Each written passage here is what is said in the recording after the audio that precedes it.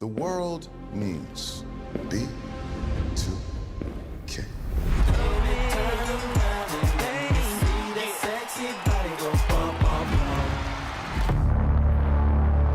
B2K's breakup was a huge shock to their fans.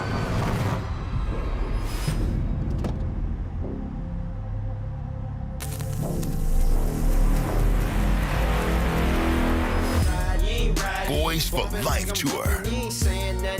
Grizz Nation, Friday nights just got a whole lot better. Introducing Buckets and Brews, the ultimate way to tip off your weekend. Every Friday this season, grab a terrace-level ticket to the Grizz game and two 12-ounce Miller Lights for just $55. Get great seats, cold brews, and Grizzlies basketball. It's everything you need to start your weekend off right. So get the deal that's too cold to hold. Go to grizzlies.com/Friday to lock in your tickets today. Grizz Nation gets set for tip-off 1 hour before every Grizzlies home game with the warm-up show. Get the latest news, notes, and analysis live from courtside at FedEx Forum. Who's going to be the tougher team that rebounds and prevents second-chance opportunities? Join me, Lang Whitaker, along with Michael Wallace, Jessica Benson, and other personalities from Grind City Media, Memphis, and around the NBA. 1 hour before every home game, live at Grind City Media on X, YouTube, and the official Grind City Media mobile app. Jeff Dunham, Artificial Intelligence, his all-new tour. Just a ham. You're the other white meat. MJ, how can you be so smart on one hand and so stupid on the other? Well, you're half of it. I realize I could have avoided all this years ago with one simple word. I do not. Silence! Don't miss a Memphis. Friday, April 10th, FedEx Forum. Tickets on sale Monday, September 29th at jeffdunham.com.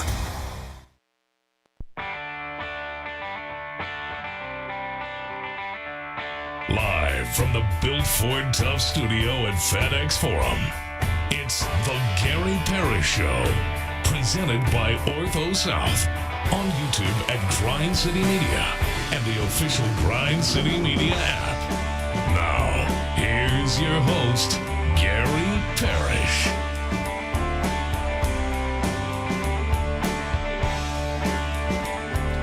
What's up, y'all? Welcome into the Gary Parrish Show here on Grind City Media at the Built Ford Tough Studios, right outside FedEx Forum. I'm Lang Whitaker. He's Bennett Doyle. She's Kyra, and we don't have Gary Parrish here today, but we'll get into that in a second. We'll talk about what happened to Gary and why I found out 2 hours ago I was hosting the show, and we're gonna get into a whole show of stuff for this weekend to get you going. A lot of stuff to talk about today. We're going to open up on this whole travel mess and why we ended up here and why I ended up here. Grizzlies have a home game tonight against New Orleans Pelicans. Pelicans in town to take on the Grizz. Then we get Jessica Benson's coming in. We're going to talk a little college football with her. We'll talk some NFL with her. We're going to talk about the Grizzlies with Jess. And then on 5 Things, we got a couple things to get to. Some NBA news, notes, all kind of stuff happening there. NFL conference championships are this weekend. Bennett's fired up about the UFC being on Paramount Plus. Somehow I found myself in the middle of a tennis controversy on Twitter. Oh yeah, you went a little viral this weekend. Yeah, I don't know how that happened yesterday. And then we still got to talk about the Oscars and some of the fallout from controversy that. brewing that I didn't get a chance to get to yesterday. We need Big Bad Bennett to weigh in on the Oscar controversy. And then we'll get you carry out, get you out of here, and get you ready for this weekend and ready for tonight. Bennett, I saw you tweeted yesterday you did your panic shopping. Yes, I did. You know, I feel like one of those people that I've always hated. And I don't feel good about this. I was at the store yesterday, and we already have a gallon of milk at home. We have 2 boys, both, younger. Yes. And they drink milk, right? Like, have you ever heard Nate Bargatze say, like, you only drink milk if you have a girlfriend or a wife? Mm-hmm.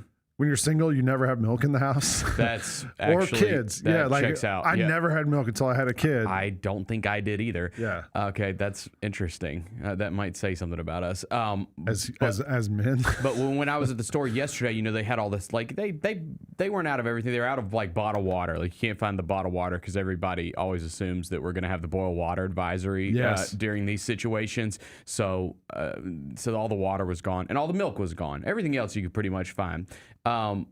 And so there was like a sign on the little door that you open to get the milk carton that said, we're only putting out this many at a time because we don't want people hoarding the milk, right? Which makes sense. But I already had milk at my house. But when I was walking by it, they restocked it with like 10 of them. And how many did you take? Well, I was like right by the door. There was people waiting for it. Like a line? A milk line? Not like a super long line, but there was like 4 or 5 people waiting for it. But I just happened to like be walking past the door as they like slid. You know, they slide them in through the back of the, like whatever's going on back there. And so I'm walking past the door as they're sliding them down the little thing. And I just opened it and grabbed one. And all those people looked at me like, F you, dude. And I became one of those people that I hate. My house is stocked with too much milk. We have like 3 loaves of bread. It makes no sense in the world, but we're here. Our friend Brevin Knight tweeted yesterday, and I thought this was a good question. I noticed this come by my feed. He was like, when a snowstorm comes, why is it milk and bread that we hoard? Like, why don't we hoard, This is a simple chicken and I saw Brevin post this. I almost commented on it. I did too. This is a simple answer. Okay. Here's why we hoard milk and bread. If you have a family, like if you have kids, like milk, like little kids drink milk. They just do. Like my kids are 7 and the little one's 3. Yeah. So mine just turned 13, but he drinks milk every morning for breakfast. Yeah. And so we can go through a carton of milk in a week. We can go or a gallon of milk in a week. But I basically only need it for coffee. Like I don't drink. I don't know the last time I just poured a glass of milk. Yeah, and then they eat cereal and all that. So like I think the milk thing's easy to explain. Bread, like if you lose power, what are you making? You're making sandwiches. Yeah. So I think the milk and bread thing actually makes sense. I guess the thing I bought a lot of yesterday. I realized was ramen. Yeah, because my kid will eat ramen for lunch every day of the week, and all you need is to be able to boil it. And we have a gas fireplace, so if power goes out, which seems to happen frequently, be able to get through it. I was actually just looking at the latest weather updates. I'm also the Grind City meteorologist. I don't know if you've heard about that. I heard Jessica W., the Grind City meteorologist. Well, last year when the snowstorm happened, I was supposed to be on Jessica's show, so I did it from home outdoors as the snow was falling, and we went through the what was happening outside. So I just read an article right here from Ryan Hall on Twitter. Ryan Hall, y'all, is his name. He's a meteorologist on Twitter, has 500,000 followers, seems to have some expertise. Okay. A lot of meteorologists on Twitter. Yeah, apparently that's another conversation. Mm-hmm. Like meteorologists love attention. I think just in general.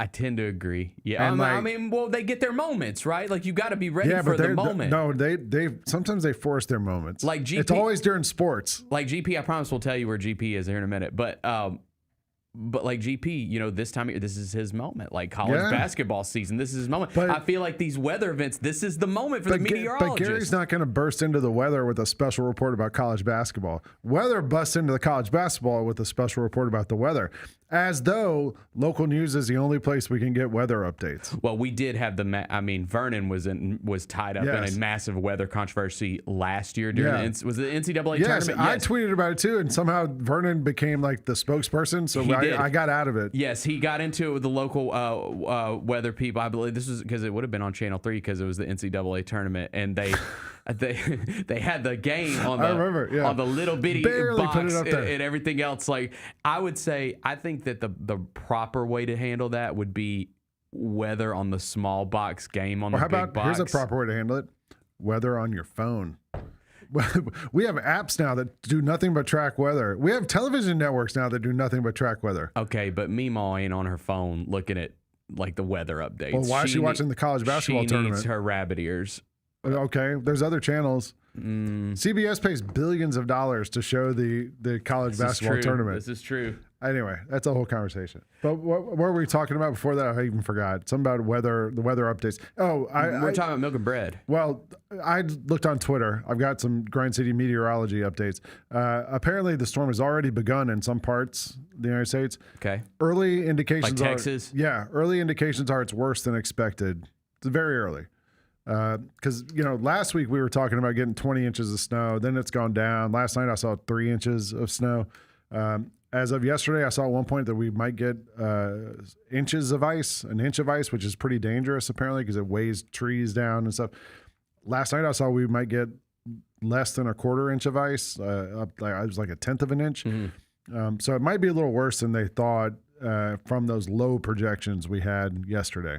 So do you have a fireplace at your house? I do, a gas one, not a. So you're good if you lose power. You can at least keep your home warm. Yes. I do not have a fireplace. Yeah. And I don't really have. I have like space heaters, but I don't really have a way to power them. I thought about buying like generator. One of those, no, I don't. I mean, I thought about buying one of those like lithium ion batteries just to plug into like one of the charging stations, but like it's like $275 to like get a good one, maybe a little over $300. And I was like, man, I'm just gonna risk it.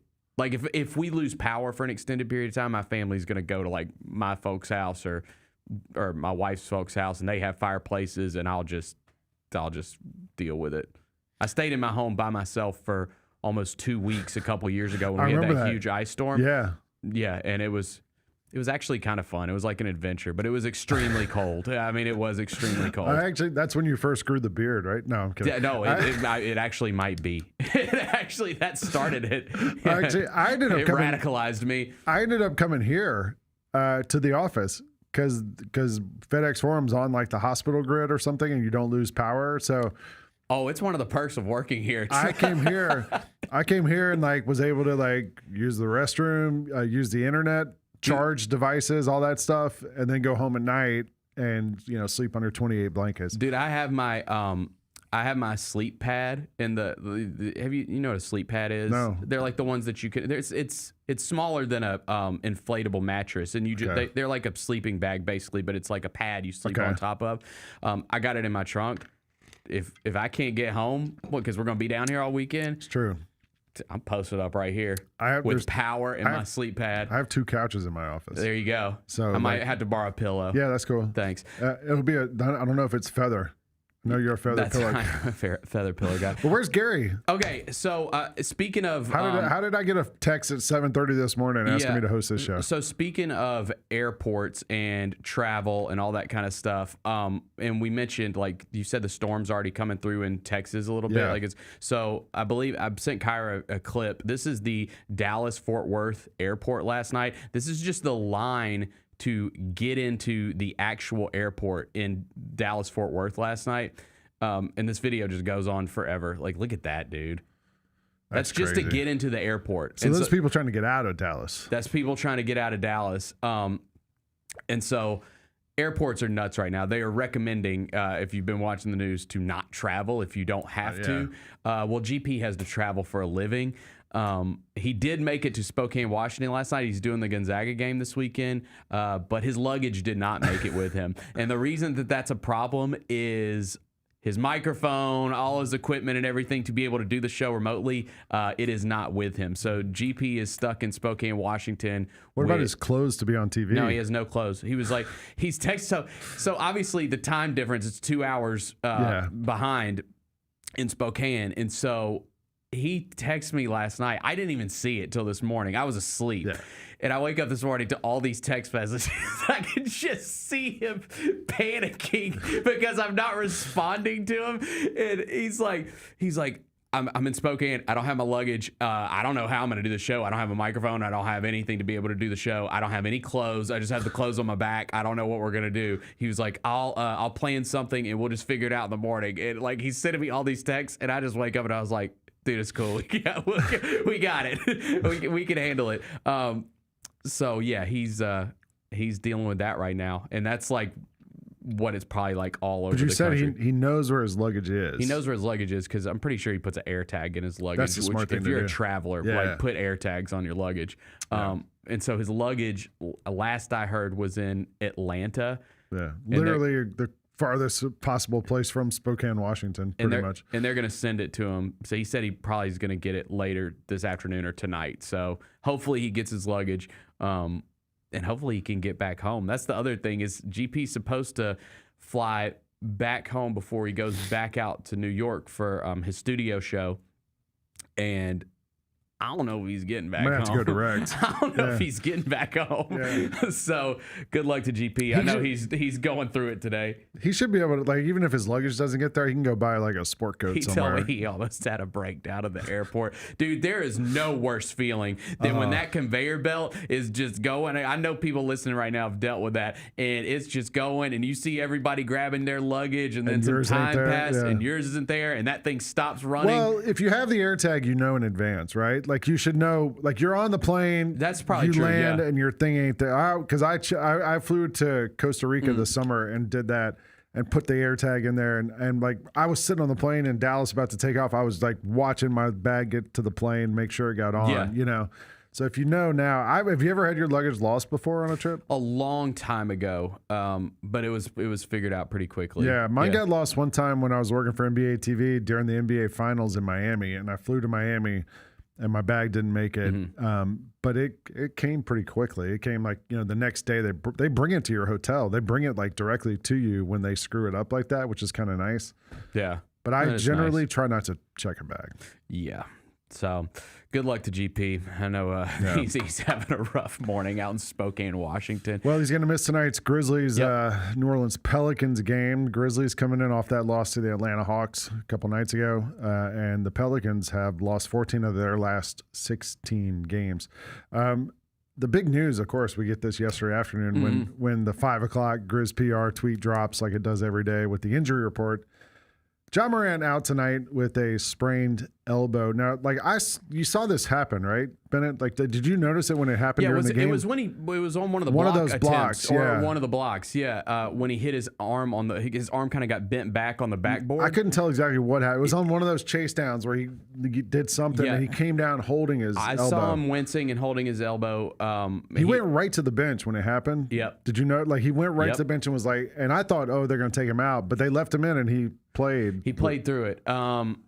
Yeah, I mean, that just sucks. I know. It sucks because it's, you know, obviously with all the news and everything, it was looking like that we were on track to see him play a good amount of games in a row at this, you know?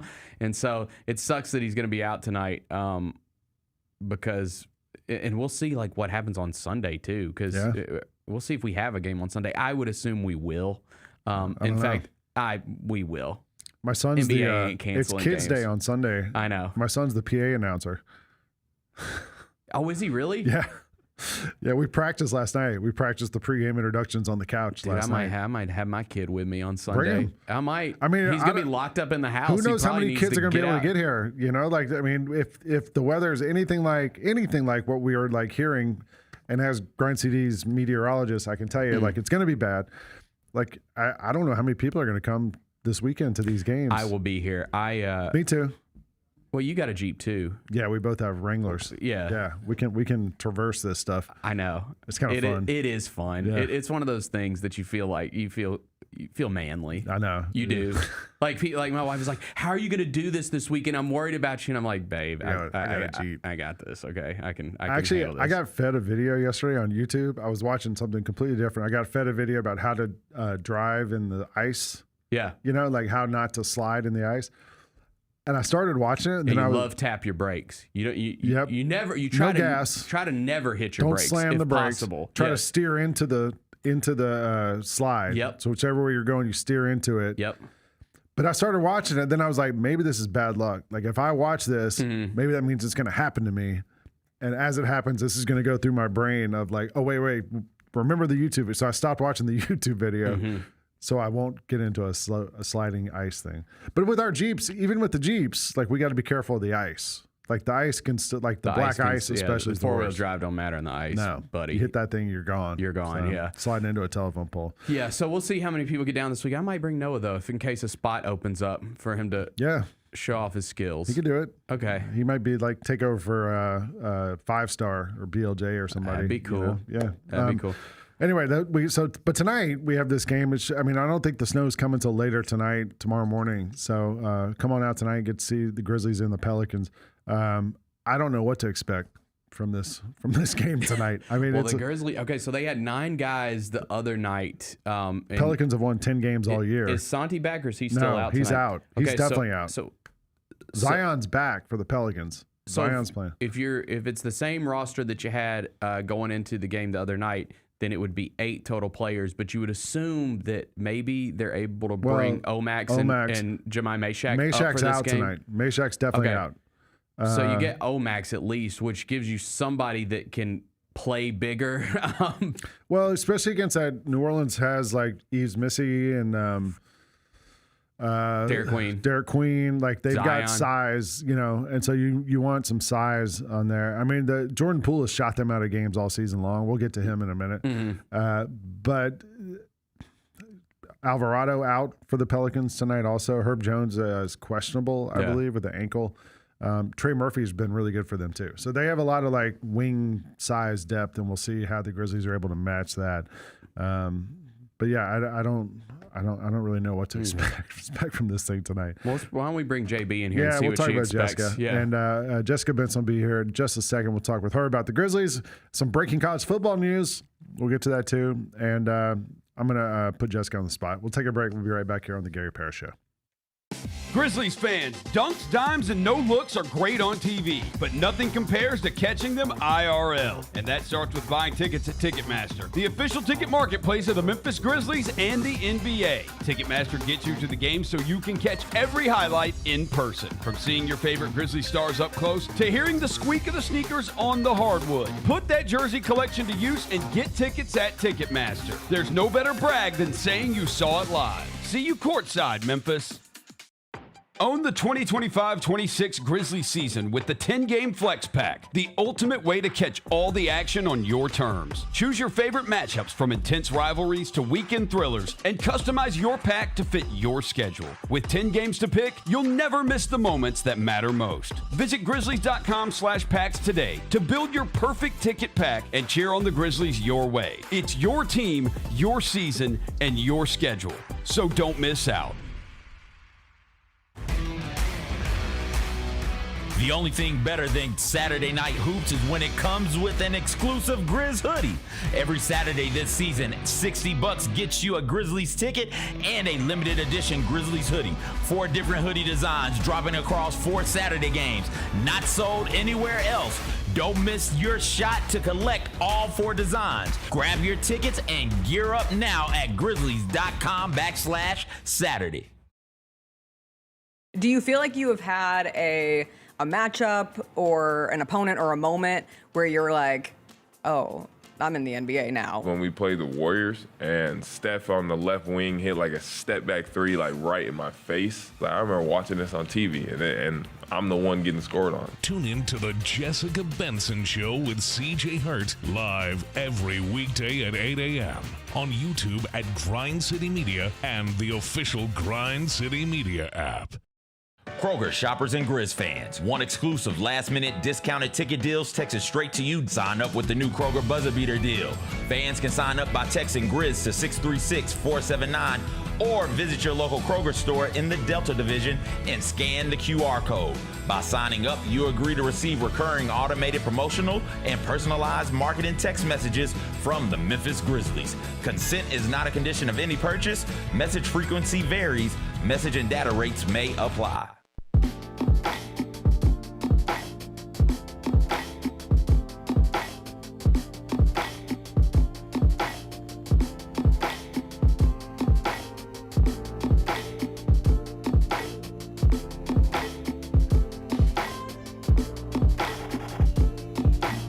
Welcome back to the Gary Parrish Show here on Grind City Media. I'm Lang Whitaker alongside Bennett Doyle and Kyra. And Jessica Benson joins us, as I think you always do on Friday. I'm not sure. I'm not ready. normally the host of this program. I'm ready for the storm. Yes, it is a weekly Friday. Jessica's I decided to bummed change outfits since I just had to sit with you an hour ago. Yeah. So I decided to To do an look outfit different. change. Yeah. I am a Grizzly. I enjoyed the clear shot It's of very Beale Street. like 1950s Hollywood icon. Thank you. I think that I should be walking into the Tower of Terror. Yes, yes, Hollywood. that's the it. Academy Mark Awards. James. I was thinking it looks Thank like you. on I Love Lucy when she would like go outside in the cold. Yes, And wear yes. the Thank heavy you, coat. everybody. I rented this coat because everybody knows I rent all of my clothes, and I saw the forecast for this week, and I said, I'm going to rent a dramatic coat for the occasion. Real woman's thing. Like Yeah. renting clothes. It's Like an dudes excellent thing. Ben and I were talking about we both have Jeeps, And it really makes you feel like a man to drive a Jeep. To drive around in your Jeeps. But I was saying, my wife, I got a new car last year. My wife drives the Jeep now day to day. And it kind of makes her feel like a man. She loves it. Like, it makes her feel like tough and like gives you like the. Yeah, if I drove a truck, I wonder how I would feel. You probably would feel I'd that probably be way. a little scared. My feet might not touch the pedals. I'm going to admit something here that I probably didn't think I would admit on television today. Okay, good. Oh, boy. I was buying underwear yesterday at Ross. Interesting store. way to start. Yeah, stay warm. It's about to get And cold. next to like the clothes and stuff, they have like all this weird, like sort of like toiletry items, like just random stuff. There's like, deodorants and soaps, and they're not like stacked up by the brand, they're just all in one big bin. Mm-hmm. And they had men's eye cream, which I don't even know what this is. This is so funny. You have no idea how funny this is. Hold on. I do. It was $1. And I was like, you know what? I'll buy it. Let's see what it does. So this morning I put it on under my eyes. It's for your, the bags in your eyes? Yeah. Yeah. And and as soon as I put it on, my eyes, you could see it. Like, I was like, are you kidding me? Like, what is going on? And my wife was like, do you have real issues? Like this is things women do forever. Yes. Women always, every morning women do this. Like, why men never do it? And I was like, well, I probably wouldn't do it all the time. I just wanted to see what it was like. Like, I'm not going to, tomorrow morning, Saturday, wake up and put on eye cream. This is extremely this did cringe, happen. but I've done worse. I haven't used them yet, but I did, not that long ago, buy the strips that you put. Oh, nice. Oh, An yeah. eye mask? You know what I'm talking about? Yeah, a little Yeah. eye mask. But do they work? Yes, they hydrate your under eyes. Do you and wear keep those? them- I do. On And when do you weekends. wear them? At night? On weekends. No, when I'm watching TV. I don't sleep in them. Oh, okay. That's dangerous, This right? is I don't think you're supposed to sleep in them. Chris, last week decides he has a slight discoloration under his eye. It gets a little blue. It's just his skin tone. And he decided he wanted to see if there was anything he could do about it. He's like, what should I do? I said, I don't know. Google and see if, a serum would help. He said, ooh, serum. That sounds fun. I'm like, find an eye serum. Topical serum. So he looks up a brand that I use, which is called La Roche-Posay, which All is, right. I don't Sounds use really a lot French. of skincare products. I'm actually not a great representative of women in skincare. I've just recently embarked on trying to actually have a skincare routine, and it's minimal, but I use a La Roche-Posay cleanser, and he ordered a La Roche-Posay eye rejuvenating serum, and it comes with a little roller. Yeah, the thing I got. Last night or 2 nights ago, he's rolling it under his eye, and then last night he went to go do it again, and he goes, I think I can tell a big difference. And I said, you got it, man. I don't see it You got it. I told my wife this morning, I was like, I'm not sure that we're supposed to be using this stuff. Your body is the way it is for a reason, right? I don't know. I took Chris to get his first pedicure at the start of the year. He'd never had a pedicure. Have you ever had a pedicure? No. Have you ever had a pedicure? But here's go the get your thing. pedicures. I'm in general against pedicures because I don't think Why? anybody feet are nasty. Nobody should be yeah, it messing makes with your them clean feet. and soft. I don't want to make some poor person have to mess with my They feet. took a cheese grater to the bottom of Chris's foot. It was wild. Like in Dumb and Dumber when they use the yes, saw that's what and it was like. cut They his take out this toenails. little one for me because I try to get a pedicure every 2 months, not as doing women do. That's how often you do it? Every 2 months? I didn't know if it was a weekly thing. No. How often you Nails are every 3 weeks. Yeah. I can usually stretch them 3 to 4. Pedicure, I will go as long as humanly possible. Okay. So I'll go 2 to 4 months on a pedicure. But it was Chris's first. And at one point, they massage your calves. And he said, you know what? This might be I the bet it life. feels good, yeah. I might be in on this. I just can't do it. I think you can do it. Women can drive trucks. Men can get pedicures. Happy Sure. snow day, Yeah. everybody. It's a And it's men a- should rent their clothes because this coat is so cozy. I don't know, maybe I just wear sweatsuits every day. It's easy. Yeah. I don't need to rent clothes. I did put on my sweats this morning and I said, I am so fortunate to have I think the about job that all the time, yeah. that I have that affords me the ability to put on a sweater and sweatpants Yes. to go to work every day. But Monty Jones always says your whole goal in life is to get a job you can do in a chair. Here we that's are, it. baby. Oh, yeah. That's a You just want a great job you point. can do in a chair, and that's what we got. Hey, I was on your show this morning. Hey, you sure were. And you asked me, how do you feel about John Morant missing the game tonight? So, I said, Jessica, no, specifically. how do you feel about John Morant being injured and missing the game I said, tonight? what was your reaction to seeing John Morant All on right, the what was injury yours? report? Mine was, oh, God. I can't do this again. Getting any worse. I can't do this anymore. I can't add one more. It's like you built a roller coaster on Roller Coaster Tycoon, and you decide to just keep building loop after loop after loop. And maybe one day eventually it'll come to a stop. But for now, it is the ride that just keeps going on. It is what it is. I mean, it's not as if this is something that this team is unfamiliar with having to prepare for. This will be his 23rd missed game of the season, so I would assume we'll see Cam Spencer back in the starting lineup. You're still without Santi Aldama, so I think from a matchup perspective, there's more to be concerned about when it comes to the size advantage the Pelicans could have. They all have a lot of length. We've got 8 players right now. We do. Unless we I would imagine Javon Small plays. I bet Omax plays. Oh, Javon's another one. Javon didn't play the other night. And I bet Javon plays. Meshack's already on the out list, so like I don't know if they'll activate him. Yeah, I noticed that, but the other 2 weren't on from a two-way perspective. So, here we go again. But it does put you in this continued emotional state, and I'll put emotions on it because it has been emotional. No, it is. It's weird. Did I just watch John Morant play his last game as a Grizzly? And we have no idea. He could play Sunday. Before we talk again on this set airwaves, I'll see you on the warm-up show. I'll see you on the double post. We'll be on the radio network. He could play against the Nuggets on Sunday. And I do think you get to a point, from a business perspective, we saw him get injured, right? We genuinely saw that happen in the game. We all have eyes. We saw the block. We saw it hit. Saw him shake it off, go back to the bench. He talked about it after the game, said that he hit his funny bone. At the time said he was going to be okay, but you never know how you feel the next morning. And if you're him, you don't want to risk something worse happening. And if you're the Grizzlies, you don't want to risk something worse happening for a myriad of reasons. So it's a sensible thing that he is out, but it does just throw like one more slingshot into the story that never ends. Because I think if he was playing tonight, at least for one day, we kind of would have just focused on, all right, we get Ja versus Zion tonight. Don't you think? Yes, and it's also like, the whole, like everyone that covers the league, all the fans and everything. Like this is the first Ja's out, injury report that like you see all the accounts reposting. You know what I mean? Like no one else has said a single thing about it all season, and suddenly all the big NBA. No, people talked about it when he was out for the Berlin game because people had I meant before the last 2 weeks. Huge game. I meant before the world turned into the period where the Grizzlies were entertaining trades publicly for the first time. Right. Yeah. Yeah. I don't know. We can't lose to the Pelicans. I mean, it's so rare. Yes, we can. It's also. Yes, we can. It's so rare that Zion would be available in this matchup. Like that's the kind of shock that of the 2 guys missing the game, Ja's we missing the game. are living in the upside down. Because they've only played each other 9 times. Yeah, and Zion's only played 29% of the games. And Zion's only played 12 games against the Grizzlies, and Ja's played 18 games against the Pelicans. I actually looked it up today. I was curious. Like Zion's played 29% of the games. He's missed like 30 since he was drafted. 70% of their games. Ja's played like 60-something% of the games for the Grizzlies.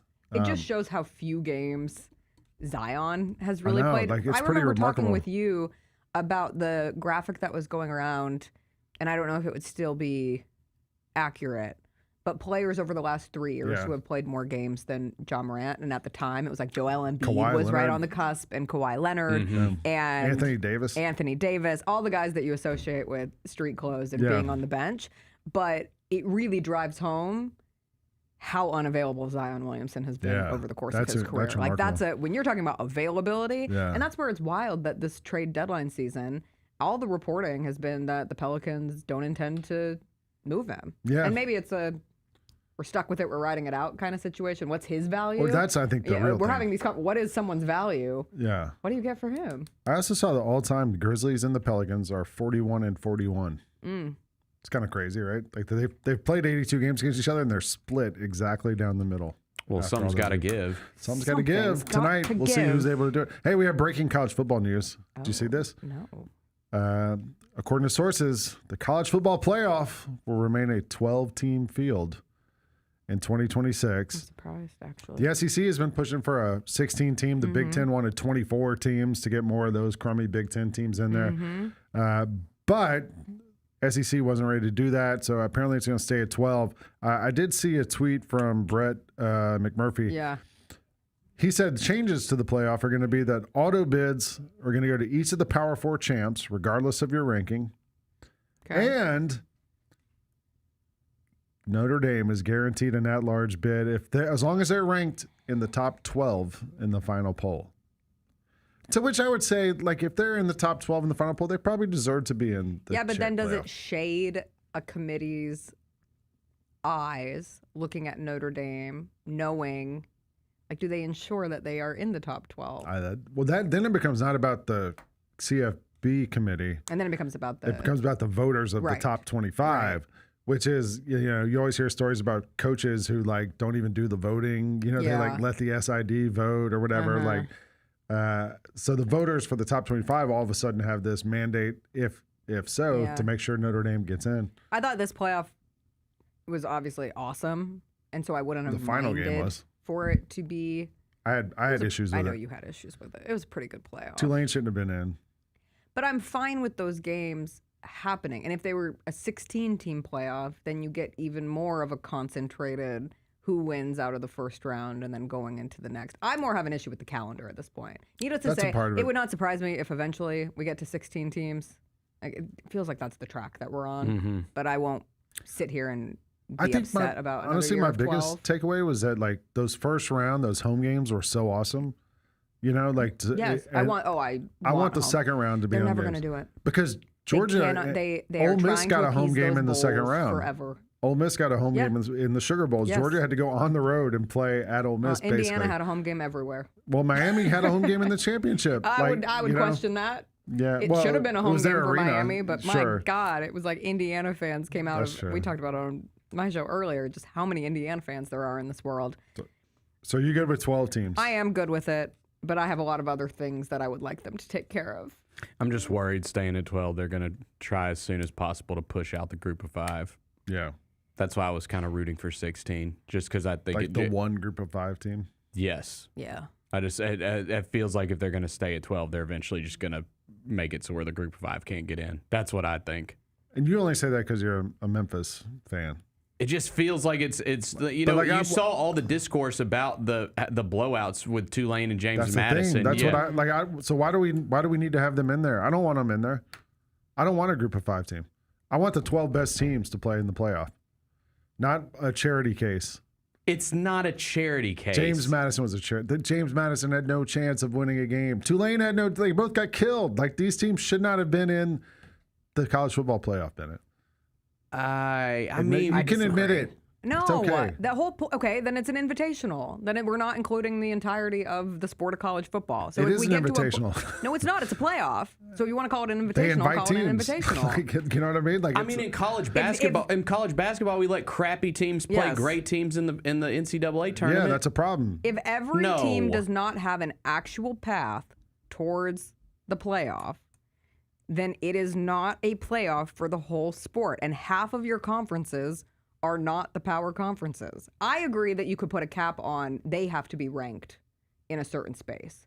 So how about with the top 12 teams? Not 12. I would do top 16. I think it's unrealistic to ask for those. Like, what? There's a difference of 4 teams? I think at that spot, it's how we look at it because of strength of schedule. They're not going to be able to, because of how scheduling has changed, teams like a Memphis no longer have a chance to play an Arkansas or an Ole Miss. And so you're not going to have those big marquee matchups that give a strength of schedule boost. So I think chasing 16, like, you're a pretty damn good team if you're in the group of 5 or whatever we're calling it now, and you make it to 16. Like, that means you genuinely played to a level. You beat opponents at a rate. You had to go undefeated. The other teams won't have to go undefeated, but you did. So if you can make it to 16, I think that's fair. But you can't just kick them out. Yeah. Yeah. Bennett just, I could see in Bennett's eyes, like, come on here and say you made that argument, and it just crystallized in Bennett's head, and he just said, yeah. He was ready to make some argument, and then he just jumped on you. Yeah. Hey, your NFL team plays this weekend. They do. One of my NFL teams. Yeah, that's true. It's a complicated life. Yeah. So how do you feel about my hometown NFL team? How do you feel about your Broncos? You didn't mention. So as Grind City's meteorologist, I looked. Yeah. They're going to have a huge snowstorm this weekend. Allegedly, which is crazy because the weather has been really good for the end of their regular season and the playoffs. It ended up being a little colder than expected for last week's game, But prior to that, they'd been playing in the 60s, like all through the late fall into the early period of winter. So yes, perhaps some snow. I cannot get behind the Patriots in my lifetime. Being likable? Losing to both. Well, yes, that. That to me is the part. I don't like this feeling. I don't like this feeling that they're back. Me neither. But losing to Nick Foles and losing to Jarrett Stidham on a path to the Super Bowl, that just feels like an unlikely. The Nick Foles one, though, felt more like schadenfreude. Like, it was it was fun for everybody. We all wanted them to lose. Now nobody cares. Well, I'd rather see Sean Payton lose. Like, I was going to say, I don't think there's a Payton. lot of people who aren't Broncos fans who say, you want to know what coach I really want to see get back there. Yeah. We've never had a coach win 2 Super Bowls with 2 different teams. Right. And you could see it with Sean Payton. Yeah. I don't believe in Jarrett Stidham, which is no disrespect to Jarrett Stidham. It's just the reality that he hasn't thrown a pass in 2 years. 2 years and didn't have a start. And the last 3 players who have been thrown into the position of replacing an injured starter in a playoff game when they haven't started once this season are 0-3. It was Joe Webb with Minnesota in 2012. It was Connor Cook with Oakland in 2016. And Taylor Heineke in Washington in 2020. And they went Cook 0-3. Played it where? South Carolina? I don't know. That sounds. Taylor Heineke's a Falcons legend, though. He is a Falcons legend. That guy played some big snaps Connor for Cook, us. South Carolina, JB? Is that right? He was. You might be. No, Michigan State. Damn. A for effort, Well, wrong conference. On the odds couple this week. Their team. Wait, point of it was their team scored 10 points, 14 points, and 23 points. So on the odds couple this week, one of my big bets of the week was take the under in this game. The weather's going to be crappy. Sure. You got a quarterback who hasn't played in 2 years. And when he did play, I looked up like previous to this stint. My guy Peter Schrager was on ESPN talking about how like, oh, well, Stidham, you know, like Josh McDaniels has always wanted him as the main backup in all these places. And people love him. He's the best. Okay. Career 8-8. I was gonna touchdowns, say. interceptions. Yeah. Like he's not like Tom Brady on the bench, you know, like he's been okay. So the other good bet I found this weekend was you can get the under on Jarrett Stidham passing yards. 188.5 is the number. So I'll take the under on that. Okay. The weather's crappy. Like they're going to be having to run the ball. Like it's not going to be fun. You know, like That's the first game, right? Yeah, that On one's Sunday. at 2:00 on Sunday. That's the one we won't be able to watch. I mean, you don't have a laptop? I mean, I'm very focused on Grizzlies Nuggets. Yes, I'll have it. But I never actually. Yeah, we won't be able to watch. Bennett can attest. Okay. I have to be We got to be in the know. more involved. I'll have to be cutting highlights. I have to be doing the ins and outs of the commercial breaks. I have to prep for the halftime show, prep for whatever's going on post game. No matter how much I want to be watching 2 screens at once, or the screen and the game in front of me at Grizzlies games, it's not like I'm actually watching the other game. I'll see highlights and I'll be able to track it. And I say that it's for the sake of being able to provide the radio broadcast with live updates on what's going on in the game. But it's not like I'm experiencing watching. I know what you mean. game. Yeah, no, I've been there too. Georgia played in the college football playoffs like 2 years ago in the semifinals during a Grizzlies game, and I was like, I couldn't really watch it. I just kind of was like keeping an eye on it. Yeah. All right. But All right. Well, we'll see tonight for the Grizzlies and the Pelicans. You'll be on the warm-up show. I will. It may be in this coat. That's fine. I'm going to wear it all day. I got Pelicans play-by-play guy Joel Myers is going to join us also tonight. Nice. So see you down here at FedEx Forum tonight, and hopefully see you down here at FedEx Forum tonight too. We'll take a break. We'll come back on the Gary Parrish Show here on Grind City Media. How are you able to release and have an instrumental song become a huge deal? And I forget who the disc jockey was, but he put the wrong side on. He put the Green Onions by mistake and played the B side instead of the A side. No! And that's when the change happened. These people started to call the station and if they play that song again. The Chris Vernon Show, live on weekdays at noon on YouTube at Grind City Media and the official Grind City Media app. The heaviest metal credit card of all time. Rumored to be one of only 18 in existence. Plated with the very same tungsten that forged the International Space Station. And wielded at business dinners like a samurai sword. It's a classic corporate power move. But the real power move? Having end-to-end visibility on your most critical shipments. FedEx, the new power move. The Grizzlies are the one thing everyone in the family can agree on, so join us every Sunday this season for Sunday Family Fun Days. It's a steal at just $35 and includes a ticket to the game, a $10 food voucher, post-game free throws on the court, and a meet and greet with mascot Grizz. Space is limited, so grab your tickets now for this unique experience your family won't soon forget. Go to grizzlies.com/Sunday and have a fun day.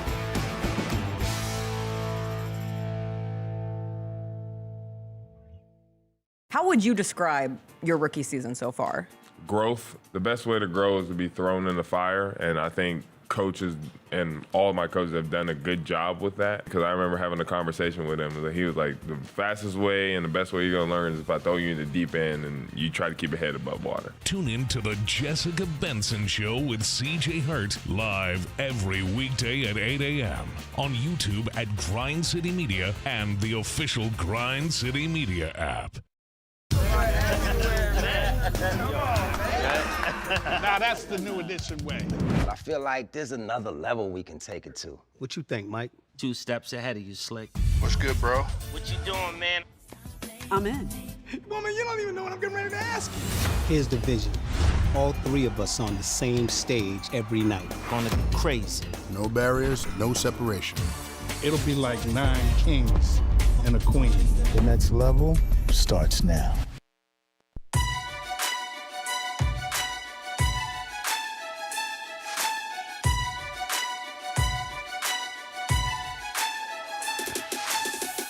Orthopedic injuries can be unpredictable, unforeseen, and unscheduled. And Ortho South understands this better than anyone. Since injuries don't make appointments, you don't need to either. Ortho South welcomes walk-ins during the weekdays, on evenings, and even on Saturdays. So the next time an unforeseen injury makes an unscheduled appearance in your life, visit orthosouth.org to find your nearest urgent care location. You can just walk in and Ortho South will take care of everything, especially you. Learn more at orthosouth.org. That's OrthoSouth at orthosouth.org. Welcome back to the Gary Parrish Show, live from the Built for Tough studio here at Grind City Media. I'm Lang Whitaker. He's been a Doyle. She's Kyra. And it's time to get you to our 5 things. Number 1. All right, we're going to open up on the NBA, and the Pelicans are here in town, and the video that's kind of taken over the social media stuff involves Pelicans legend Jordan Poole. Like I said earlier, he's had a tough season offensively for them. Sort of the stigma following him around, the thought. He's going to punch you for showing this video.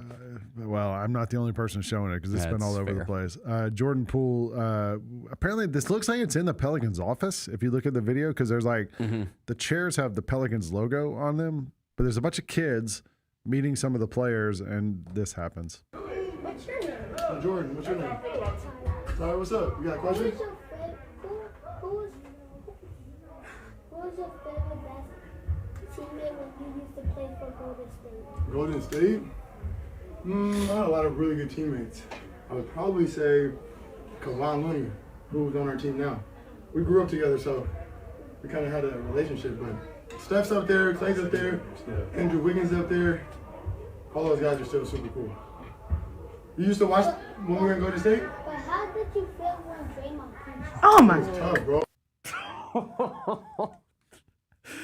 Why did the mom cut off the video? Because she was embarrassed. Oh my God. Well, first of all, valid question. Kids will humble you, man. I know. Kids will humble you. Like, I've learned that with my 2 boys. Like, it's just from the mouth of babes. Yeah. He has it like, and for what it's worth, when that kid asked him about his favorite teammates at Golden State, there was no mention of Draymond. That's true. He named off a bunch of other guys from the Warriors team, Steph, Kawhi, whoever else he named. No mention of Draymond. How did you feel with Draymond? I wanted to hear his answer. Well, you know what he said? I listened to it 12 times, like slowing it down. He said, it was tough, man. It was tough, bro. It was tough. How do you think that kid knew to ask that question? Like, that kid's dad or somebody or mom must have been like joking around and been like, you should ask him what it felt like to get punched by Draymond Green. And No, don't do it. But when kids like when they hear something like that, that's like a polarizing thing. They don't that know. just sticks in their head, right? Like that's probably the only thing that kid was thinking about. Or else somebody around the house joked you should do that, and everybody was like, "No, don't do it." And then the kid's like, "Oh, I'm definitely doing this." So that's tough, man. That I do in a way feel bad for him because I do too. Listen. who knows if he deserved to get punched or not? But like he did in the videos everywhere. Very few people deserve to get punched. That's like that. It's a good, right? Probably a lesson for everybody in there. But yeah, it's just something that's gonna like follow. I mean, you got a kid that's like there to like meet the players. Maybe this ends it now that now he's spoken about it and it's like a thing. Like at this point, whatever. It hasn't really followed Draymond around, has it? No, not really. He's still podcasting every day and talking crap about everybody else, but like it's not like I think because he's like physically attacked 5 other people since then. So he said he's not a dirty player. Basketball games. Yeah. Yesterday he said he's not a dirty player. Did you see that clip? Yeah, I don't know. Anyway, the whole thing is like it's. I love Draymond, by the way. You do? Yeah. I was asked by somebody, how would I feel? Roser loves him too. Well, I don't know if I love him. I was just asked by somebody if I would like him on my team, and I was like, yes, that dude wins. Not lately, but like when they have the best player of his generation playing next to him, or when they have Steph a competent Curry. roster, like he's part of that whole winning. Well, how about this way? He wins, but let's say this: he can fit into a winning culture. Yes. But I don't think if Draymond's your main guy, he's not gonna be able to like sustain. Like he's not the winning culture. He can be part of it. Yeah, That's correct. Yeah. All right. It's very. I was gonna say it's kind of like Dylan Brooks, but DB's actually like one of the best players on that team, so it's a little different. Yeah.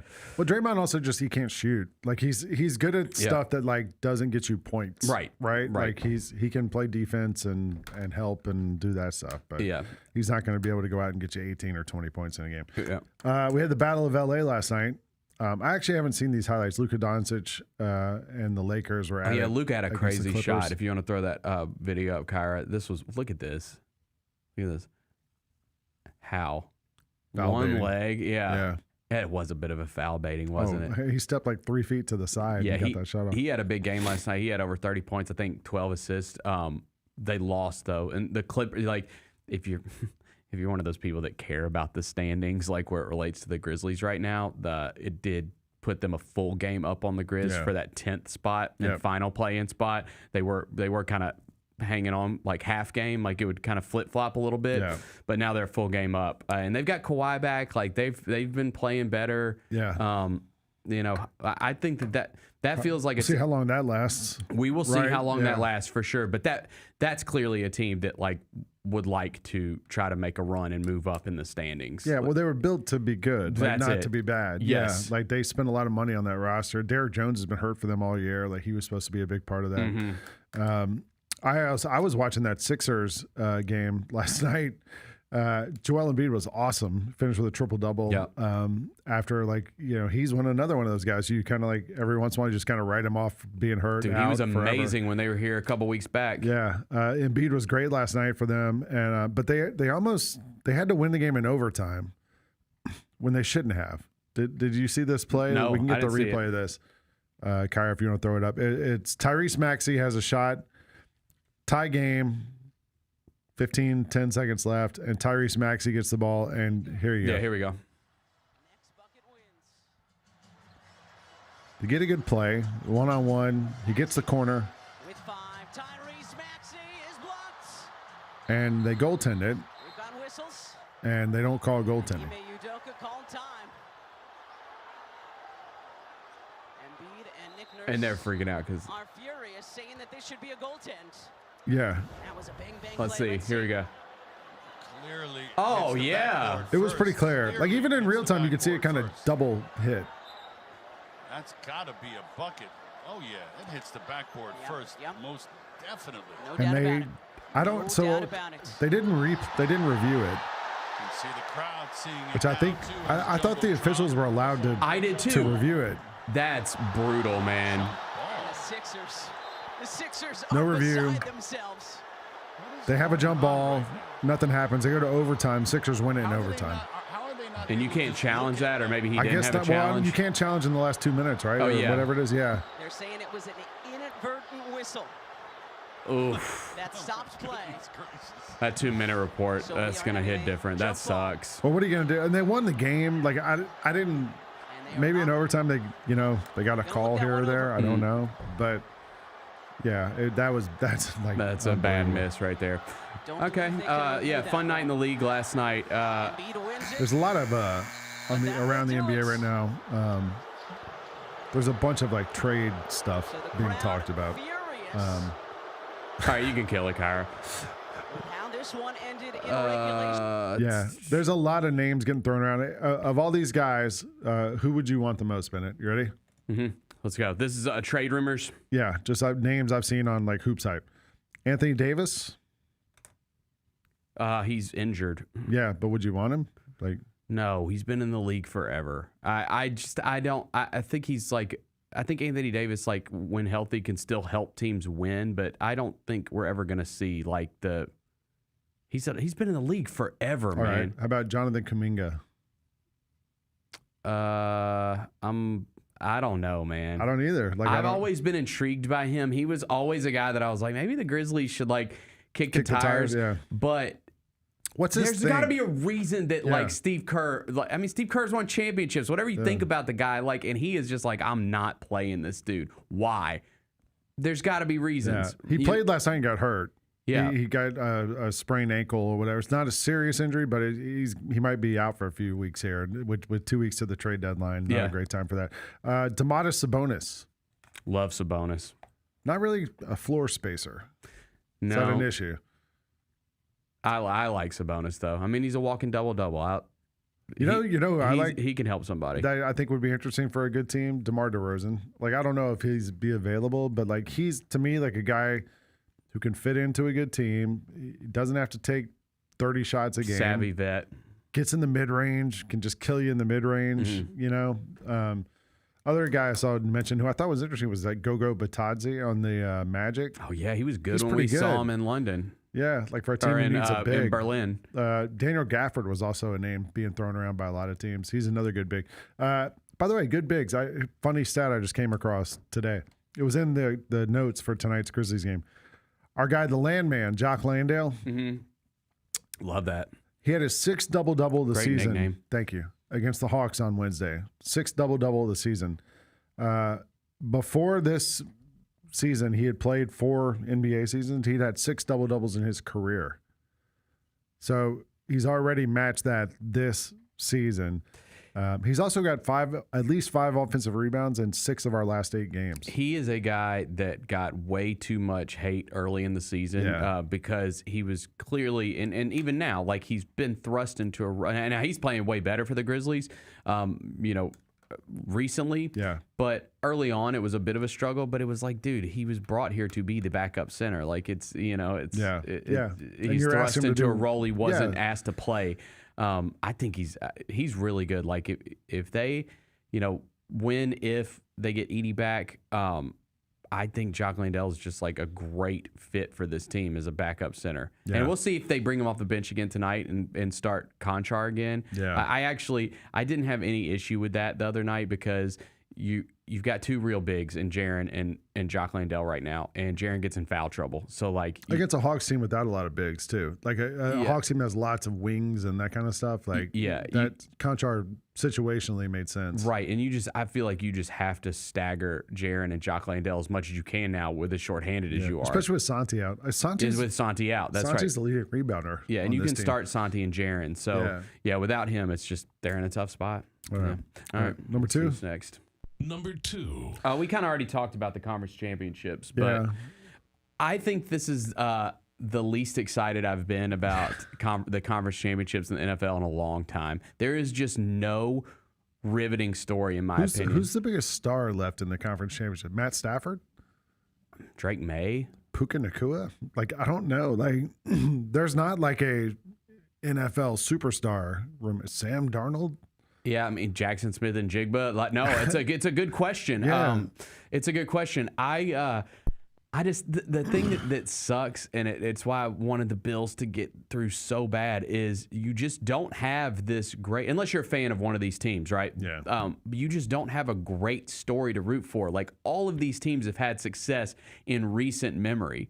They've all won Super Bowls in recent memory. I mean, I know it's been a while for the Patriots, right? But like They've got all the titles that they got with Brady. Yeah. Seahawks won one within the past decade. Denver's maybe been a little a while, bit. It's maybe right? been over a decade since Seattle won that Super Pete Bowl. Carroll? Probably. I think it was like 15 years ago. Yeah. Like Okay.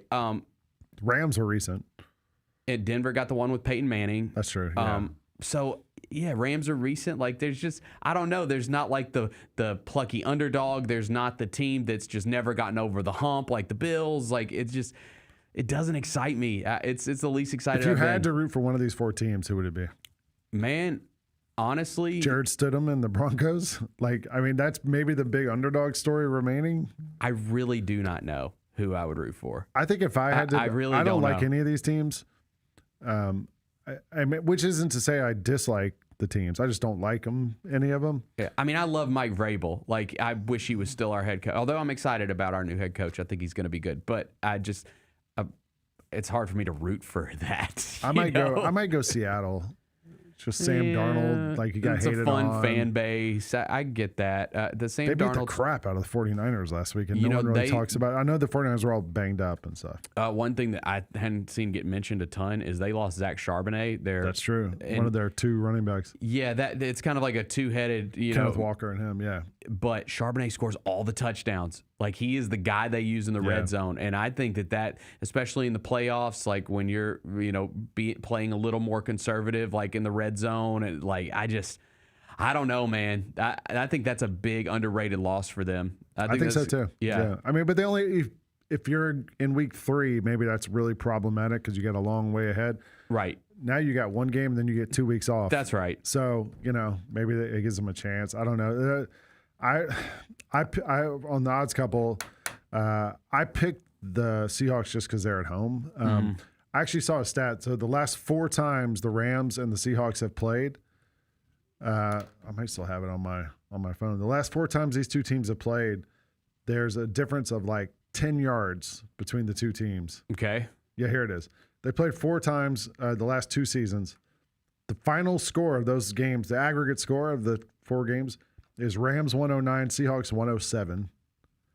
And then total yards between the 4 meetings, Rams 1599, Seahawks 1589. So 10-yard difference in the 4 matchups. And they went 2-2 in those games. So it's pretty even. I think the Stafford story is kind of cool. Like everybody, when he had the back stuff and it was even looking questionable in the offseason, I think everybody wrote him off. I mean, it's kind of a cool story. I wrote him off coming out of Georgia. Like I saw him play at Georgia, and I was like, he's okay, but he's not going to be like a all-time great quarterback. And I was glad he got the Super Bowl, but like I liked Matt Stafford when he was playing for like the crappy Lions teams. Yeah, you know what I mean? Like that was more fun. He wore the backward hat all the time. Yeah. And in LA, I mean, come on, man. They're just like Sean McVay's not a likable guy. No, LA's just buying championships. I don't like it. Sean McVay looks like you created him in Madden. You know, like when you like paint the beard on the guy and he has like the haircut looks like he's out of Minecraft or something. Like that's Sean McVay looks like that. LA has too much with the Dodgers. Like they deserve to I agree, lose. They deserve some losing. The Dodgers They thing just is got just Luka for free. Yeah, they just got Luka for free. The Dodgers thing is so unfair that I feel like the other LA teams deserve to suffer a little bit because of that. So and now the Dodgers are going to make all other baseball teams like suffer because there's going to be a lockout now next year. Yeah, because of this. And shocker, the Dodgers are like even going to be even better than they were last season, if that's even possible. I think Kyle Tucker might be hurt all year. Okay, who's your Super Bowl prediction then? I'll go Seahawks. Nobody's predicting them. I'll take the Well, Seahawks. who are they playing though? The Seahawks play the Rams. No. You mean this week? Yeah. I'll go New England. I don't think Denver has a shot with I don't either. Stidham being all. Because I don't think this is that Denver defense is really good, but I don't think this is a Texans situation where you can win in spite of your quarterback. C.J. Stroud, even though he was not good, he made some big plays. Yeah. I'm not sure Jarrett Stidham can make big plays in this game. Yeah. And I think Denver's going to have to, like, if they're going to win this game, they're going to have to, like, control the ball, use the clock, run it, short passes, stay out of first, second, and long, those kind of things. Yeah. I'm going to go, I'll say Patriots, Rams. New England's favored by 4.5 on the road, which is pretty significant, like in the NFL, in a conference game. Yeah. Championship. Yeah. So, like, I think I would bet New England. I would take the under 42.5 in that game because I could totally see the final score being like 17-10 or something like that. I'm going to go. And I'll take Stidham's under 188.5. I'm going to go Patriots, Rams, Super Bowl, and I think Vrabel's going to get it done. I think this is really, the path is really clear for him. Yeah. Another Patriots Super Bowl win. Yay. That'll be fun. Hey, tell me some stuff about UFC. Number 3. Yeah, there's a huge UFC card this weekend. And the reason I wanted to bring it up, I know it's not like something we talk about all the time. UFC, for me, is a lot like WWE. Like GP always asks me, where's your interest? And like it just, like I haven't been watching WWE a lot lately, but I will get back into it as we get on the into road to WrestleMania. Yeah, I will get all the way back into it, especially with Raw coming here. Royal Rumble's coming up too, right? It's the same with UFC. Like I'm a UFC fan, but I don't order all the events. I watch the really big ones. Yep. And I'll go a couple months sometimes without really paying attention, but then get really into it again. This is a huge card, though. This is their first event of the year. This is their first event on Paramount Plus. They moved from ESPN Plus to Paramount Plus. And it was supposed to be an even bigger card because Amanda Nunes was coming out of retirement to fight, but and it was a title fight. That one got canceled. But the main event is Justin Gaethje and Paddy Pimblett, Paddy the Baddy. They're fighting for the interim lightweight title, which was vacated by Makhachev, who is going up a weight class because he beat the crap out of everybody in the lightweight division. It's just it's a exciting main event because it's two of like the more polarizing fighters right now, and it's the lightweight division, which is like the most popular division in UFC. Why is that? Why is it more popular? Man, more exciting, like more flurry punches and stuff. Yeah, that's like in boxing generally. I'm not a UFC guy. I think just more skills. Like you have the southpaw, you have the guys that grapple and get on the ground. Yeah. Like I think there's just because everybody's so athletic in that division, there's like there's a chance of fights being more exciting. Like the heavyweights, sometimes you'll just get two big guys just throwing punches at each other, right? Yeah. So I think that's why. And you've had some like super polarizing names in it. But Paddy, he's undefeated since he came in the UFC. I think he's 7-0 in the UFC. He hasn't really beaten anybody huge. He beat Michael Chandler in his last fight. But this is his first title shot. And Gaethje's kind of a legend in the sport now. He's won some big fights, lost some big fights. I've heard his name, so to me, he's a legend. Yeah. He's a fun fighter. But like these guys, they do, there's not a lot of beef with them. They like each other. But I think it's going to be a fun fight. I think it's going to be a fun fight on Paramount. The other, Sean O'Malley's fighting too. Sean O'Malley's like one of the most famous UFC fighters. He's fighting in the bantamweight division, so that'll be one of the fights. Thug Rose Namajunas is fighting. She's another big fan favorite. That's the thing that I've been saying with GP, like when he asked me about it, is UFC, like once McGregor was out, once some of these other guys retired, Khabib retired, right? And you had like some guys coming in that maybe didn't have like the excitement, like they maybe weren't exciting on the microphone for whatever reason. Like, UFC, like they sell these guys like they're WWE stars, right? But some of these fighters that they have on this card are the more popular UFC fighters. You rarely get a card. I would say Derek Lewis is a guy that people know, and he's fighting in the heavyweight match. Like I would say this is probably their biggest card as far as fighters that people know and like. Right. Yeah. A popular And if you would have had Amanda Nunes fighting on it too, it would be absolutely massive. So I'm excited about it. I think it's going to be a good one. When is this? This is tomorrow night. Okay. On Paramount Plus. All right. I'm not a UFC guy. I used to be really into boxing. Like in the 90s, Holyfield era, Riddick Bowe, Tyson, all those guys. Mm-hmm. And then when UFC came along, like I don't know. I don't want to see people like get their leg broken or that kind of stuff. So I just never really got into it. And then, I mean, you don't like. It's rare to see that. I know. Kind of I stuff realize that now. Like yeah. at the time, I was kind of like, who Anderson Silva or somebody broke his leg in the ring. I mean, you'll see. I guess that stuff happens in college basketball too, and other weird things, But yeah, I mean, depending on like who Mac, and Gaethje won his last fight. Before that, he fought Max Holloway, and it was for the BMF championship, which is it's not like people argue whether it's a real title or not. Anyways, like at the end of the fight, those guys both, like Max Holloway does this thing where he's like, all right, come on, let's go. We're going to stand in the middle of the ring for these last, 30, 40 seconds and just throw punches at each other. Nobody's going to back down or run away to the corner or anything like that. We're just going to stand here and throw punches. And in those instances, yeah, like it got like really bloody. And I think Gaethje maybe broke his nose. But other than that, like I can't think of the last time that I saw like a broken leg or anything like that. All so right. It'll be fun though. Good one this weekend. All right. Number 3. Oh wait, that was number 3. Number 4. All right, number 4. We have there's a controversy at the Australian Open, and somehow I find myself in the middle of a tennis controversy. So I don't know if you saw this. Naomi Osaka had a match yesterday against Sorana Cirstea, a Romanian tennis player, and we can't show the clip here because of copyright issues. However, what happened was Cirstea was serving. Osaka was like trying to, win the match. Cirstea faulted on her first serve, right? Turns and asks for the ball, a new ball for the second serve. And Osaka, on the other end of the court, turns and goes, "Come on." Like firing herself up. Come on. Yeah. Right. Not even as loud as you just did it. You can hear it because there's microphones, but she goes like, "Come on." And the Cirstea gets furious, turns to the umpires like, "Are we allowed to talk during points now? Like, what is going on? Like, what? Like, this is ridiculous." And the umpire, the judge, or whatever, is like, "You didn't even have the ball. Like, it's not during the thing." She gave her a really quick handshake at the end of the match, stormed off. Saw that. Osaka in the post-match interview was like, "I don't know. She could have said something to me. I'm right here." Like, she didn't say anything to me about it. She just complained to the umpire. There's been some like back and forth on social media afterwards. Like I saw the clip of it and I retweeted it because I saw it like, and I'm not a tennis guy. I don't know.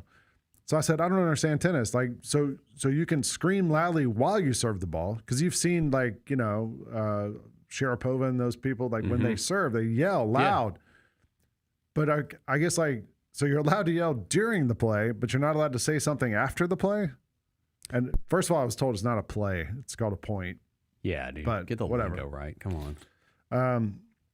So tennis Twitter is having a lot of fun with my tweet. Apparently, it's now up to 1 million views, 27,000 likes.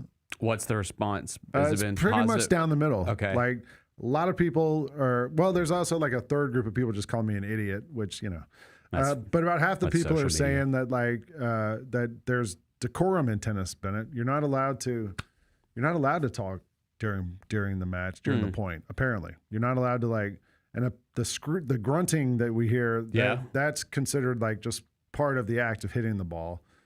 Saying "come on" is like a lot of people compare it to golf, and they're like, you don't talk while your opponent is lining up to putt or whatever. Yeah. Which I get that. That's true. Although my friends and I, like, we fart while each other's putting. Like the rules are a little different when you're playing. But this is the PGA. I mean the WTA. It's like the real thing. So I kind of get that. And then a lot of other people are saying like, she didn't have the ball for her second serve. Like, you should be able to say something during this thing. So I don't know. Where do you land on all this? I think it's. I don't have a problem with it. I think that I don't either. I think that is who was the other player? Cirstea is her name. She's Romanian. I think that's just her getting in her own head. I feel like that too. I also pointed out like if this was baseball and the opponent said something you didn't like it, the next pitch would have been right at her head. Yeah, you know what I mean? Like other sports, you send a message on the court or on the field. Look at NBA players at the free throw line. Like, I mean, they're constantly yelling when the guy's shooting the free throw to try to throw him off, right? Yeah. And but the maybe, refs don't really do anything about it. Yeah. Tennis is not the NBA. That's true. That's true. But I mean, you do see this in sports like, in NFL, like before the quarterback snaps the ball, you can hear the defensive lineman like yelling stuff, right? Faking snaps, trying to like get you to miss it, So I was wondering, like when they serve, the person on the other end, they're hopping around, bouncing around. Like, that's not considered distracting. You know, like, I don't know. I don't know what the rules are. Yeah, I think that's just someone in their head. I'm with Naomi on this one. Yeah, I think I am too. I don't know. It's become like, somehow I'm in the middle of all this on Twitter, so I don't really care. I just saw it and thought it was interesting, and somebody just responded to me. This is someone who clearly doesn't have a clue about the main principles of sports. You just saw some drama caused by behavior not fitting to the etiquette, and you're getting 30,000 likes for ignorance. It's kind of true. Like, Shame on you, man. Yeah, I know. Shame on you. Come All on, right. study the rules. Sorry. Number 5. Tell me about the Oscars. Well, we already talked about like the Best Picture nominees yesterday. The reason I wanted to bring this up is because like the nominees dropped before, like right before we went on air. So we just talked about it kind of quickly. There's a big controversy right now. Okay. What is it? People are very split on, this is just like for someone chronically online, but I'm seeing it everywhere. People are very upset, at least a portion of the population is upset that Sinners, it's nominated for Best Picture, received 16 nominations, which is the most nominations for a single film of all time at the Academy Awards. And a lot of people are saying, well, that movie is extremely mid and it should not have been nominated for. Did you see Sinners? I did. What were your thoughts on Sinners? I liked it better when it was called Idlewild. Okay, 15 years ago. Or I liked it better when it was called From Dusk Till Dawn. See, I knew you were going to say that. It is not. I understand that, like the comparisons. It is a completely different movie than From Dusk Till Dawn. It's pretty similar, though. Dude, From Dusk Till Dawn, like first off, the vampire. It's pretty similar. It's not exactly the same, but it's similar. The only thing that's similar between those two movies is there is a fight That it's scene. mostly about vampires. Like, okay, there's a ton of vampire movies. The only take thing place in a bar in the middle of nowhere. That is the only reason why people compare those two movies. Okay, how about Idlewild? Idlewild doesn't have the vampire thing. It's the Outcast movie. I know, It's about two guys who open a juke joint in the middle of the Delta, and music happens and all. It's sort of a combination of Dusk Till Dawn and Idlewild. Okay, fair enough. I mean, I tend to come down along the lines of somewhere in the middle. All right. I thought it was a great movie. I loved it. I have the Blu-ray. Do I think it's like the movie of the year, one of the greatest movies of all time, worth getting the most Academy Award nominations of all time? Maybe not. But like the movie was pretty much universally. I mean, it did well at the box office. I mean, that's what we're rewarding. But also, like, it's the goalposts have moved now. Like, so The Godfather or whatever the greatest movies of all time that got lots of nominations. Like, that's when there was hundreds of movies coming out every year, right? Yeah. Now you get like one movie a week pretty much that comes out in a theater that gets nominated. You know what I mean? Like, there's less competition, it feels like, and so maybe it's easier to get more nominations. Okay, fair.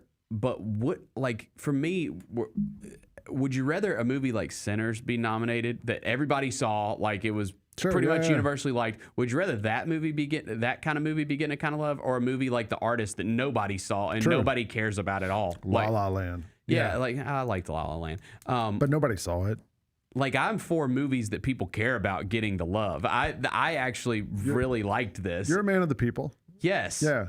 And I like art house indie movies, things that nobody watches and nobody cares about too. But I like the fact that movies that people actually care about are getting some love this year. This has been like, and this has sort of been the complaint about the Oscars the last, I don't know, decade or so, right? Mm-hmm. That like it wasn't populous enough. Like the movies that were like the top box office, like I saw F1 got nominated for Movie of the Year or whatever it is, Best Picture. Best Picture.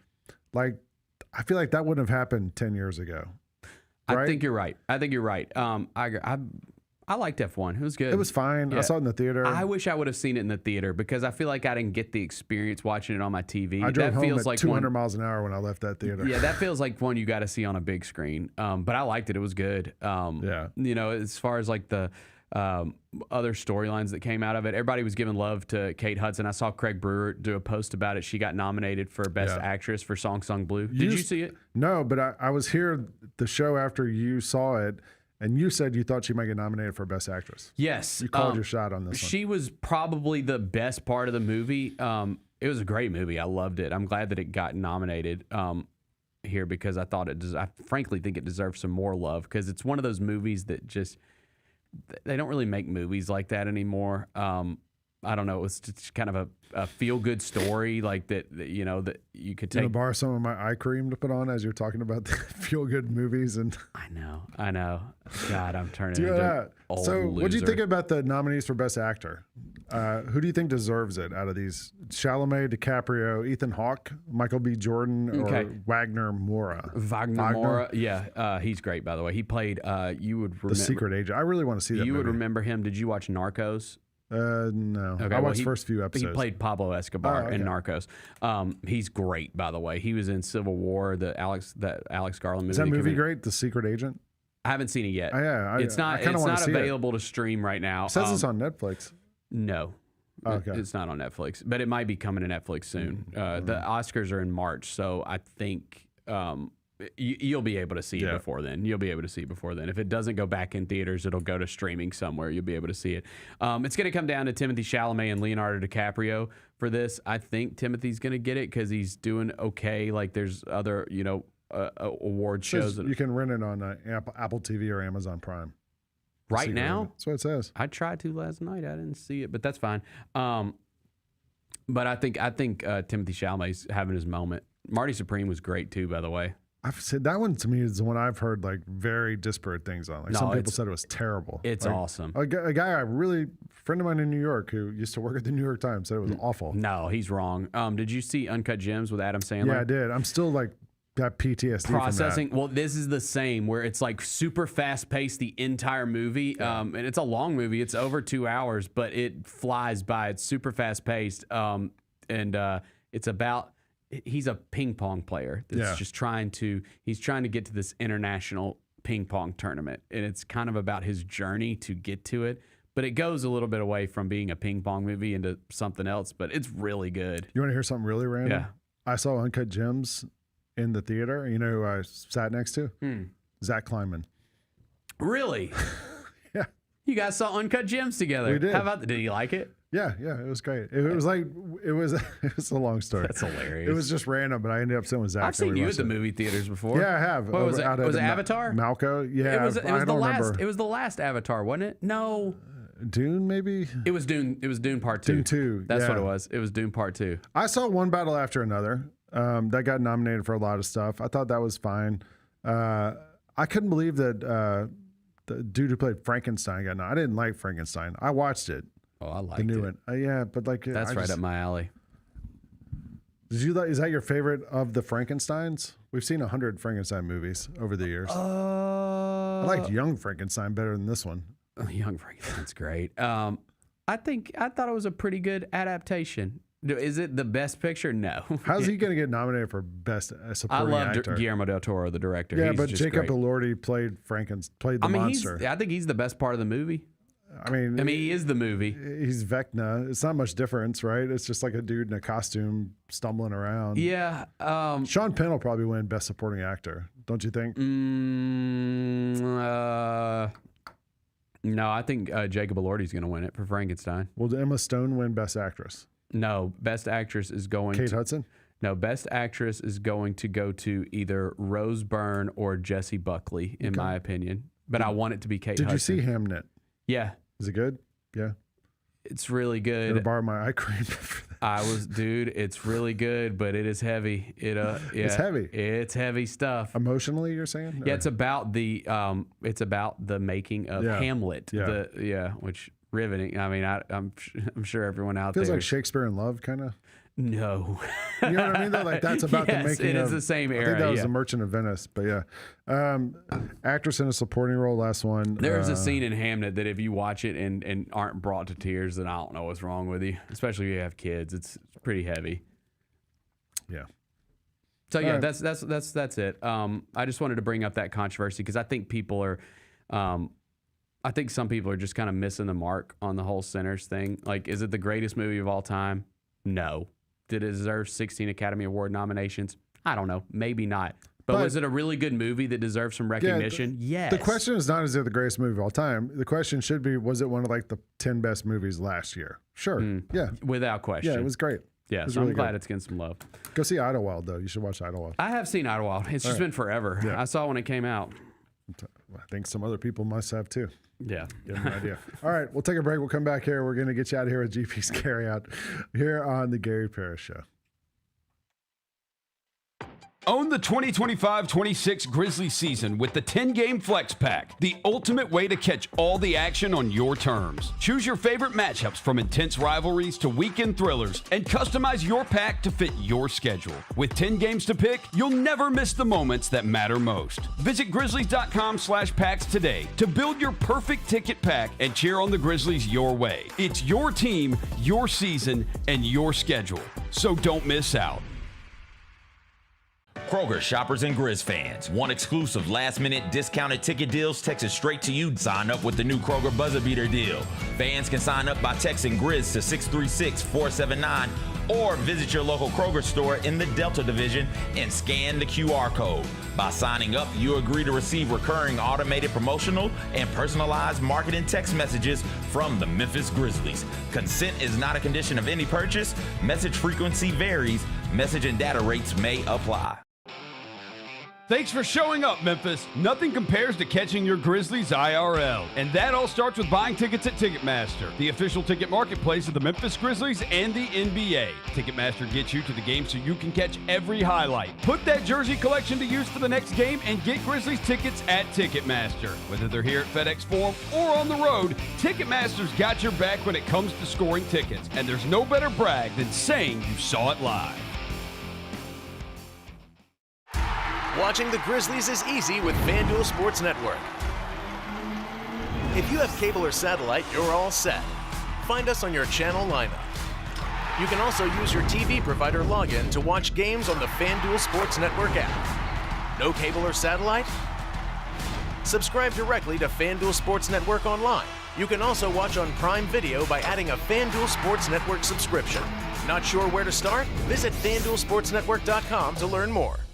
Sonic Radio. Welcome back to Sonic RNDIO. That spells radio with me, the CIO. This just in, the new Sonic $1.99 menu lets you build a crave-worthy meal for just $1.99 an item. Whether that's a creamy shake, crispy tots, or a quarter-pound double cheeseburger. This just out. Ostriches. They're mean, not very cute, and in my opinion, way too big for a bird. Don't miss the Sonic Fun 99 menu. 5 items, always $1.99. Live free, eat Sonic. Tax not included. See menu for details.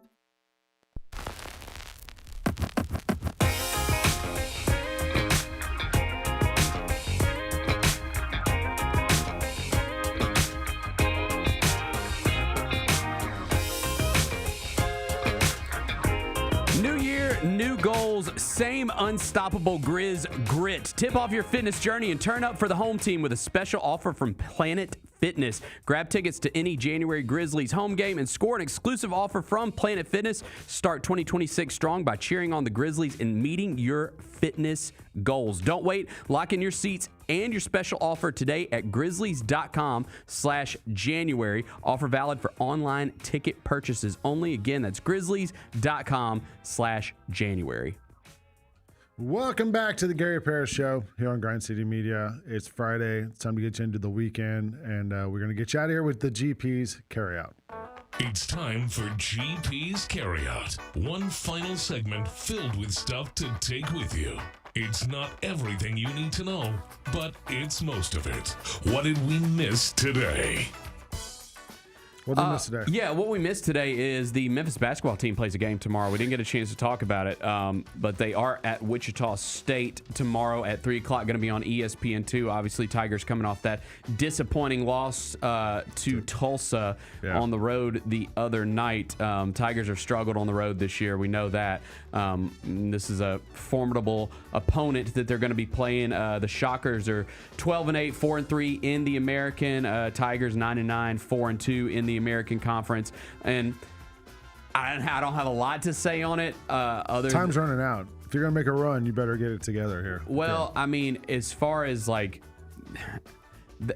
their goal needs to be to get one of these top seeds in the conference tournament, because their goal needs to be to win the conference tournament. Of course it does. But like, you're looking at the difference between playing 3 games or 4 games, right? Yeah. And it's just you're going to be so up against it if you don't get one of those top 4 seeds. And so they're in the mix for that right now, obviously, but I just want to see if they can beat a decent team in the American right now. I mean, that's kind of the, as sad as that is to say, that's kind of where we're at right now. I'm just trying to see if this team can beat a decent team in their conference.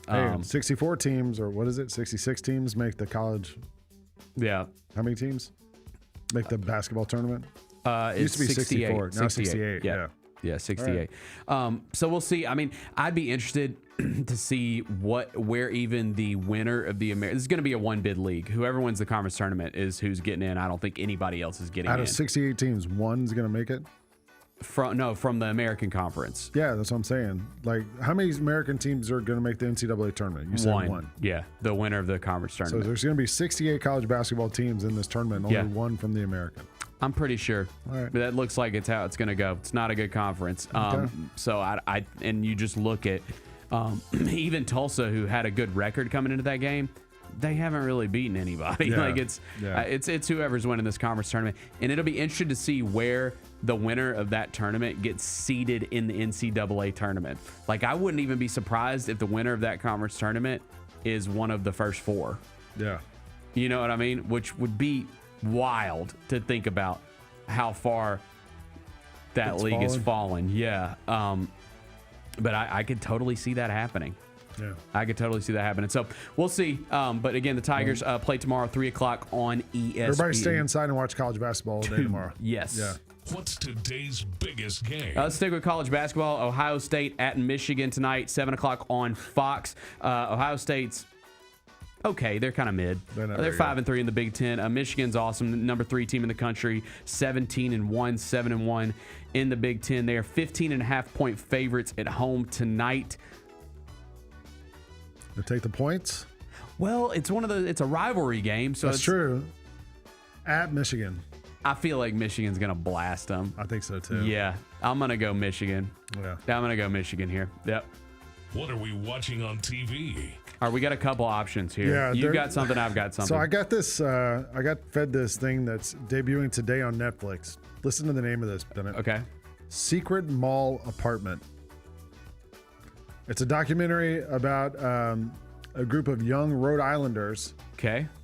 Who build a secret apartment inside the Providence Place shopping mall in Providence, Rhode Island. They lived there for 4 years. And nobody knew about it? Nobody knows about it. They steal electricity and they steal like plumbing and stuff. And oh, damn. Build this apartment in the mall.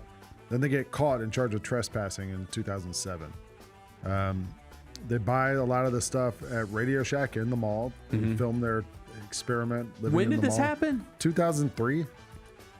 Okay, Radio Shack in the Mall makes sense in 2003. Yeah, Jesse Eisenberg produced the movie, the actor, and apparently it won like a bunch of stuff at like all the festivals and stuff. He's good. He did that movie. I can't remember the title of it with Kieran Culkin. That got some award buzz, and I think Kieran Culkin won last year. Yeah, and he was the director. He was in the movie too, but yeah, he's good. He's a good director. Yeah.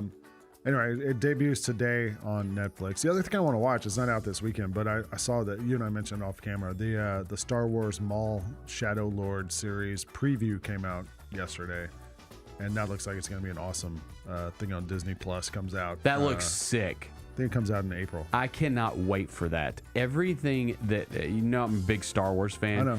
Everything. I am too. And they Kathleen Kennedy she stepped down at Lucasfilm, which is great news because they have fumbled so hard. Like that used to be, whenever anything new Star Wars would come out, first off, they'd put up way too much stuff in way too short amount of time.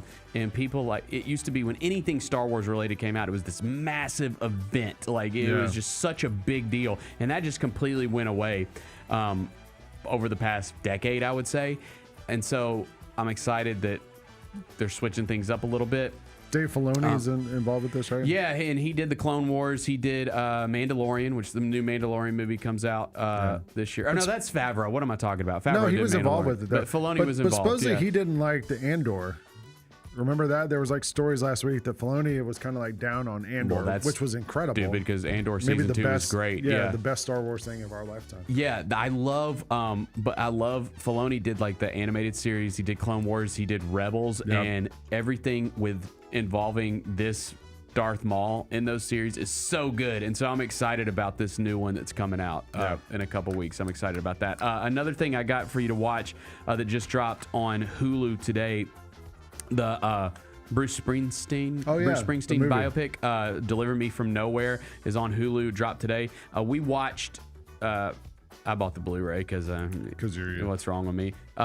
We watched a little bit of it, haven't finished it yet. It's good so far. It was one of those, I'm interested to see how it plays out, because it was one of those movies I'm surprised didn't get nominated for anything at the Oscars, because they tend to show love to these music biopics, and it didn't get anything. Springsteen, like everybody likes Springsteen. Yeah, everybody likes Springsteen. Well, nah, but maybe it's Chalamet. They knew that's not necessarily people true. voted for Chalamet for Marty Supreme, not this one. You know what I mean? Like they're not going to vote him twice for Best Actor. Wait, no, this is Jeremy Allen Jeremy White. Allen, I'm You're sorry, thinking my of the bad. Bob Dylan I was thinking movie. the Bob Dylan. Yeah, which got nominated for stuff. True. Yeah, and so it's I'm surprised it didn't get any love. That's one of my favorite albums ever, that Nebraska album. So I'm excited to finish it. And that's today. To be honest, I would rather watch like a Bruce Springsteen concert film than watch that movie. Live in Dublin is a great one. All right. Yeah, check that out. But that's on Hulu right now. What's the best thing we've read? Okay, so here's something I read. Headline on page 6 today. You ready? Chrissy Teigen, model, social media personality. I think she's a judge on the new Star Search. Chrissy Teigen claims she's never farted in front of John Legend during their 12-year marriage. That's just... She revealed that hiding her bodily functions has kept her marriage to John Legend alive for 12 years. For all he knows, I have never farted or pooped, she told E! News. The cookbook author added, you've got to keep the sexy and preserve the sexy in a little bit of ways. I won't say that John necessarily does that all the time, but I make sure I do. And then Sarah Michelle Gellar chimes in. She's also part of this interview, apparently also a judge on Star Search. Yeah. Married to Freddie Prinze That's Jr. right. Sarah Michelle Gellar added that having separate bathrooms has been the key to her marriage. Been married 23 years now to Freddie Prinze. That makes more sense. The not farting in front of your significant other, that just doesn't. I would say, that brings you closer. It depends on. I can't say this. It's no way to live, man. No, well, my wife and I have one big master bedroom and a master bath, right? I don't use the bathroom in there. Okay, that you just leave it for her. Yeah, there's another one down the hall. I mean, we have 2 bathrooms, and but it's the same. Like my wife uses the one in the bedroom, and like the same. I go down the hall, one in the hallway. Just get a little quiet time, a little space to myself. Nobody bothers me when I'm down there in that bathroom. Yeah, I don't think there's anything wrong with that. Okay. I don't think there's anything wrong with that. Think it helps your marriage? I think so. I think so too. Yeah, I think these women were right. Like I think it's helpful to have a little space when it comes to the bodily functions. Yeah, but I think for Chrissy Teigen, that's just no way to live, man. Holding your farts all the time. Yeah, that seems extremely There's a painful. Time and a place. Sure, but yeah, come on, you gotta have one person that you're comfortable enough around to exactly. It should be your husband, right? I don't know about that one. I don't, to be honest. Well, no, say it. What's on your mind? I don't know if I want to hear my wife farting all the time. I don't really care at this point. Yeah. It's been through enough. Yeah, it's fine. It's fine. I mean, she's heard mine, so it's only fair. All right. What's on tap for tomorrow? What are you doing tomorrow? I'm going to hopefully be at my home experiencing this winter storm, and then I will be back down here on Sunday morning for Grizzlies Nuggets. I did see someone in the chat say, is there any way that the Grizzlies game gets postponed on or canceled on Sunday? I would say to that, I highly doubt it. I agree. It's rare you see NBA games get canceled.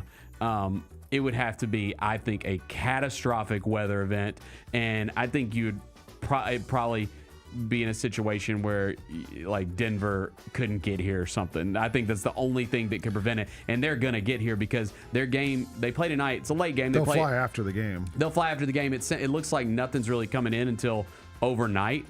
And so they'll probably get here before the storm really hits.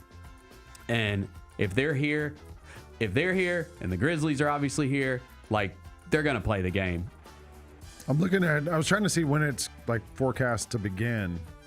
Because I at first it was going to be tonight, like later tonight, 10 o'clock, something like that. It was supposed to start. But now I've seen some reports that's that it like won't 1 start. a.m., yeah. Yeah, till overnight or even tomorrow morning. Yeah. So, stay inside, stay warm, be safe. Don't drive unless you have to.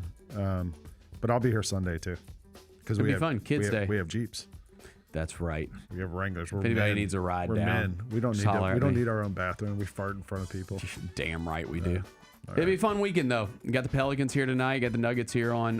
Looks like Jokic might play Sunday. I don't know. Because his window. He's been out, yeah. It looked like when he got injured, and we did the math when they said that he was like when he might return to play. It was like right at the point of this Grizzlies game on Sunday.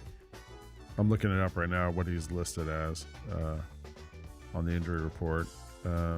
He's not listed on here. And we are pretty sure Zion's playing in tonight's game. Yeah, he's off the injury report altogether. Yeah, so Nuggets have not submitted their injury report for tonight. Might have some star power in here this weekend with Zion and Jokic. That'd be fun. We'll see who gets back for the Grizzlies too. Yep. All right, that's it. Appreciate you doing this on short notice, man. GP, I hope everything works out. I hope you get your luggage, man. I feel for you. Yeah, I hate it for you. It sucks. Everybody be safe this weekend. That's the main thing. And and if we do get a little snow, have fun outside. Go outside and have a snowball fight, whatever. All right. So for Kyra, for Bennett, I'm Lang. We appreciate you hanging out with us today on Grind City Media. Chris Vernon will start in about 20 minutes, and then we see you tonight for the Pelicans and the Grizzlies. So for all of us, see you soon. Appreciate you watching. Be back soon.